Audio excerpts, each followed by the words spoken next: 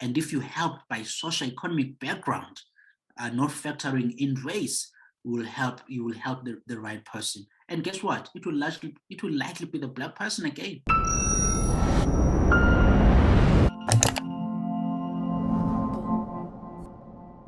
What are the causes of South Africa's low economic growth and high unemployment?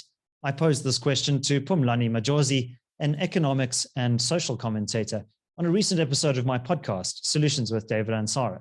What follows is a short extract from our longer conversation. If you would like to watch the full discussion with Phumlani Majozi, that's linked in the description below. Enjoy.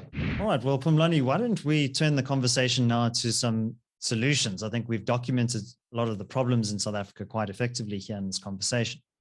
But what would you propose that South Africa starts to implement to address some of these deep structural problems in its economy and its society more broadly?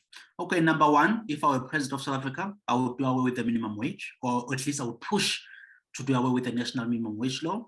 I think that's very, very destructive in the country. Number two, I would go along and cut taxes, right? We have taxes are just a problem in the country. And the reason why these politicians keep them rising is because they want to finance their spending. So that means if you want to cut taxes, then you must cut spending as well. So spending cuts and tax cuts, I think they are very important. Now, people will ask, so what are you going to cut from land? Well, the first thing I would do is to do away with state-owned enterprises, because we are putting in billions of rands there, taxpayers' money, putting pressure on taxpayers, which obviously results in taxes being raised in some form or another as our government tries to, to finance these companies. So I'm doing away with those, with state-owned enterprises, which means we should help us fiscally. Dealing also, I'm just making it easier that we deal with our borders, as you just said, that we strengthen them and that we create a society where it's very easy for people to come into the country, but the right people that we need. To me, I think that's very important. Making the visa process even easier. It's critical to move our tourism forward and to create a prosperous country. So those things, I think they are very important, David, to get right. Now, there's also one thing that you and I haven't spoken about, and that is the family breakdown in the country. When you look at the family breakdown, it's at shocking levels. So that's one thing we need to deal with as a society. Now, that one, David, people usually ask me, so what would you do as government to reverse the family breakdown? But that one, that one government can do as much to reverse such things, right? It's us as people who need to get back to the culture of just making sure that how we put together families, the importance of the marriage, that's critical. Because it's clear that the kids who are born in a family with mom and dad, growing up with mom and dad, those kids are far more likely to make progress in life.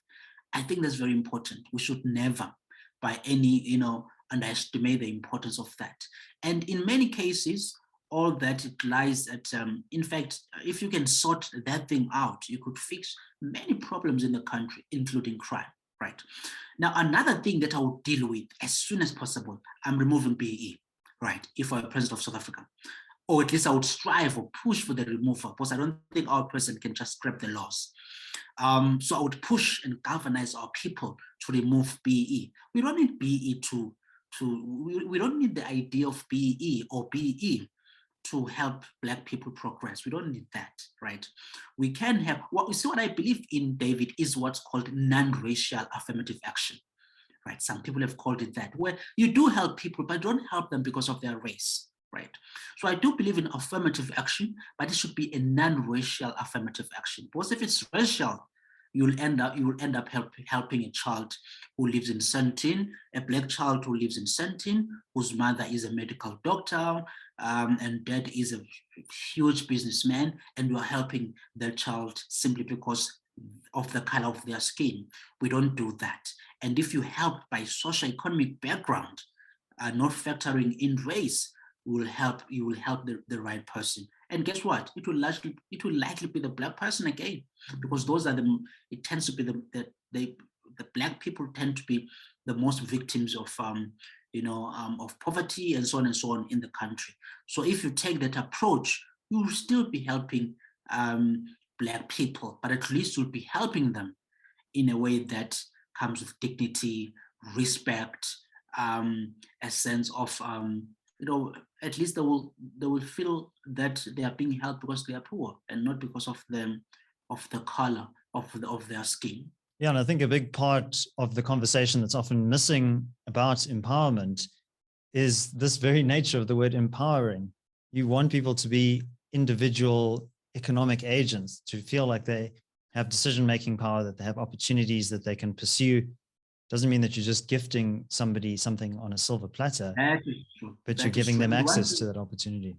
Exactly. And one thing also, David, our government ought to have a goal to slash down social grants. That should be the long-term goal. That, okay, here's our target plan. Here's our plan. Here are our target dates. Here's what we want to do to reduce the number of social grants recipients. That should be the goal. That should be the long-term goal. Now, having that long-term goal would, have to include or would need to be accompanied by the very important reforms, of course, that will help people so that they really find jobs to sustain themselves and to sustain their kids, not having to rely or having to think that the state will give them money to raise their kids or to finance their lives. And I'm talking about abled person here, able people. That should be the goal, David. There must be a goal and a target and targets and plans and all that on how we slash down social grants, because they create government dependency. We see people relying on government, and to me, I don't think that's good. We see politicians using that social grants as a tool to control people. To me, that is just inhumane and disrespectful and patronizing. We need to do away with it. And our goal is to have an environment where everybody lives on their own money, the money that they've earned through their productivity in the market. And you don't think that there'd be an argument for gradually tapering welfare grants? So rather focus on liberalizing the labor market, maintain the existing grant infrastructure, and then let people basically grow their way out of that welfare dependency. Well, but is that goal there? That goal, that gradual? Because I've heard that word gradual often, that we need to decrease this thing gradually.